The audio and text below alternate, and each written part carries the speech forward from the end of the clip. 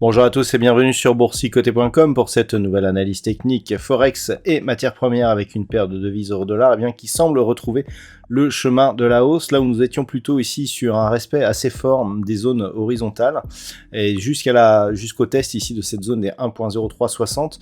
Depuis le retournement, il semblerait que l'on soit plus ici basé sur les indicateurs techniques. Alors lorsque l'on observe bien ce qui se passe, on vient ici marquer un signal de changement de sens, on vient chercher la bolle supérieure et puis la moyenne mobile ici, on oscille entre cette moyenne mobile et cette bande de Bollinger. On commence déjà à percevoir des phases de temporisation. Le fait ici que la première attaque soit forte ici sur la bande de Bollinger et moins forte sur celle-ci, eh bien traduit déjà un signal d'affaiblissement. Malgré tout, on a ici la zone de résistance des 1,0550 de cette première phase de hausse qui semble toujours agir comme support sur la phase d'évolution actuelle. Donc on a confirmé par un retour ici dans le range entre 1,05 et 1.0635, mais d'un point de vue global, ça reste tout de même baissier, on n'a pas de vrai signal de retournement. Les choses changeraient si on cassait à la hausse ici cette zone des 1.0635, mais tant que nous sommes sur cette zone, je dirais le risque baissier subsiste et il pourrait réapparaître en cas de rupture pérenne ici de la zone des 1.05. Je rappelle qu'en cas de retour à un mouvement baissier, les 1.0360 en cas de rupture à la baisse constitueraient un signal d'accélération majeure sur tous les horizons de tendance, puisqu'on reviendrait sur des niveaux de cotation qui n'ont plus été vus depuis une vingtaine d'années. Concernant la paire de devises livre sterling contre dollar américain, nous sommes toujours sur une configuration qui se cherche un petit peu. On a tenté une cassure ici de cette zone des 1.2270, zone qui vient d'être repositionnée, et puis on a réintégré ici cette zone. On est revenu au contact ici de la zone des 1.2480, mais on ne parvient pas à impulser un vrai signal de retournement. Alors le fait que l'on ait cassé déjà cette zone intermédiaire proche ici des 1.2395 à 24, eh bien nous indique que on est déjà en train de vouloir reprendre cette dynamique. Mais il faudrait vraiment casser ici cette zone des 1.2620 pour vraiment s'affranchir ici de cette phase de baisse pour repartir vraiment sur un mouvement haussier. On s'en rend bien compte ici lorsque l'on élargit un petit peu la vue. On voit bien que tant que l'on reste ici sous cette zone de résistance, eh bien on est toujours dans un flux qui est potentiellement baissier. Donc ça sera le niveau à surveiller pour demain. Et puis si les cours venaient à repartir directement à la baisse ici et à casser cette zone ici proche des 1.2340 après ce double contact ici sur cette zone horizontale, on aurait une configuration qui ressemblerait à un double top et qui pourrait nous ramener sur cette zone de support ici intermédiaire des 1.2160.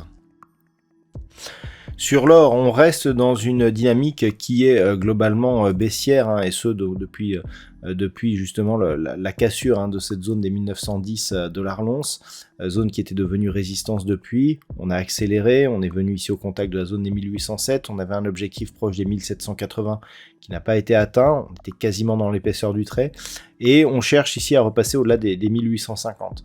Donc pour l'instant, ça reste baissier, il faudrait vraiment revenir au-delà de cette zone des 1850 pour commencer à avoir un signal de rebond, même si sur les indicateurs, on a ici des indications de retournement, on le voit notamment sur le RSI ici, y compris sur le MACD, mais d'un point de vue, je dirais, niveau, d'un point de vue prix, le fait que l'on reste sous cette zone des 1850 $ l'once qui agit bien ici comme résistance alors que nous étions support auparavant, laisse toujours une priorité baissière. Donc attention, si les cours venaient à repasser sous la zone ici des 1807 $ l'once, nous aurions un objectif ici de retracement à 100% à 1780 $ l'once et potentiellement une accélération du mouvement sur rupture de ce niveau. Donc on sera vigilant à une éventuelle rupture ici à la hausse des 1850 $ l'once, mais pour l'instant on reste dans une tendance baissière sur le métal jaune.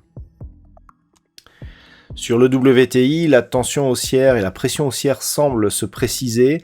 Hier, je vous indiquais que nous étions sur une dynamique haussière avec un faible momentum. On est peut-être en train d'accélérer ce momentum. Regardez ici l'évolution des points bas sur cette dynamique. Il y a très peu d'amplitude entre plusieurs points bas. Et puis là, hop, on remonte d'un étage. On a toujours des points hauts qui sont toujours aussi très faibles en termes d'évolution. Et là, le fait que l'on ait ici une impulsion un peu plus forte, un retrait ici un peu moins ample que d'habitude, qui s'arrête ici sur une zone intermédiaire qui était déjà identifiée, un retour rapide sur la zone des 110, il semblerait bien que cette première attaque des 110 ait réveillé des velléités haussières, donc peut-être sous l'impulsion d'analyse technique. Si on confirme ici, a priori on est en train de repasser durablement au-dessus des 110 $ le baril, si on confirme avec un dépassement ici de cette zone des 115, on pourrait clairement accélérer en direction donc de la zone qui a été un point haut récemment, cette zone ici proche des 125 $ le baril, mais surtout casser cette zone et reprendre ici une dynamique haussière qui s'est interrompue depuis justement ce point haut et cette phase de neutralisation que nous vivons depuis désormais plusieurs semaines. Et puis enfin au niveau du Bitcoin, depuis quelques semaines je vous parle de cette zone des 30 000 $ le baril. Donc là on est en vue daily, on voit que toute la semaine on est resté autour de cette zone, mais on n'a pas marqué de rebond technique. Et par rapport à l'impulsion que nous avons eue ici la semaine dernière, le rebond n'est pas du tout significatif. On est largement sous la moyenne mobile 20 exponentielle, on a testé une zone majeure, aucun rebond sur un test de zone majeure. Ce n'est pas bon du tout, ça sent la poursuite baissière, et si on confirmait par une accélération et donc une cassure ici des 25 000 $ pour un Bitcoin, eh bien on pourrait valider des objectifs qui seraient assez bas. Voilà, on a beaucoup d'amplitude ici, entre 66 000 et 30 000, donc bien entendu on ne va pas enlever 36 000 la différence à 30 000, hein, il faut se mettre dans une vue semi-logarithmique au moins, pour du long terme, et si on se met dans cette vue semi-logarithmique, eh bien on a une évolution qui nous donnerait, en cas de rupture confirmée de cette zone des 30 000, un objectif proche des 15 000 $ pour un Bitcoin. Donc attention vraiment au test de cette zone. On pourrait même considérer que sur cette semaine, eh bien, on a tenté ici une cassure, qu'on serait, si vous voyez que si on déplace la zone de résistance ici sur cette zone des 31 500, on a ici cassure, test comme résistance et reprise potentielle d'un mouvement baissier. On n'en est pas loin, on est sur 30 000. Donc attention ici, si on casse vraiment, on pourrait connaître une grosse accélération baissière sur le Bitcoin dès la semaine prochaine.